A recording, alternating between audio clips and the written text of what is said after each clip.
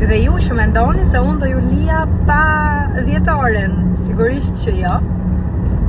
Aq më tepër duke qenë se është ndoshta muaji më impenjativ i gjithë vitit.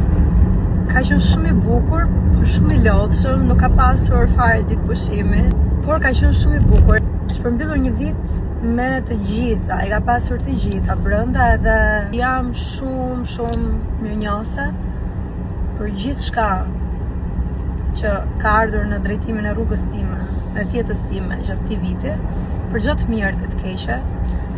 Edhe jam shumë mirënjohëse për ju mbi të gjitha. Jam shtuar me një familje shumë të madhe që e ndjej dashurinë tuaj çdo ditë dhe po njësoj dua të ndjeni edhe ju timen.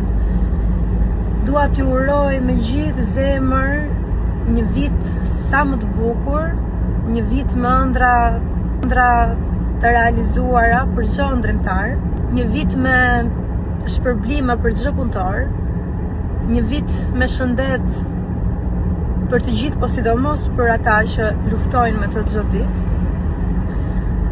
Një vit plot bekime. Patjetër që jeta nuk ka vetëm çaste të lumtura dhe vit pas viti të gjithë do sprovohemi edhe të gjithë dhe do të na bjerë radha për të kaluar momente të vështira.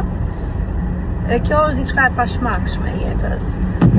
Edhe unë prandaj sot në fakt kam zgjedhur që të mos bëj asnjë lloj aktiviteti për sa i përket koncerteve apo një daljeje diku, sepse dëshiroj që këtë darkën sot ta kaloj me familjen time, me mamin dhe me babin tim të vit të ri. Ne gjithsesi do të shihemi bashk në Portokalli sot, me një numër fantastik me Eugenin dhe me Keidin.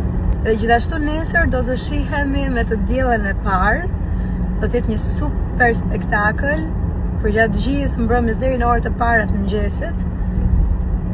Ku nuk do të mungoj as muzika, as qeshurat, as harmonia dhe shumë figura të dashura për ju.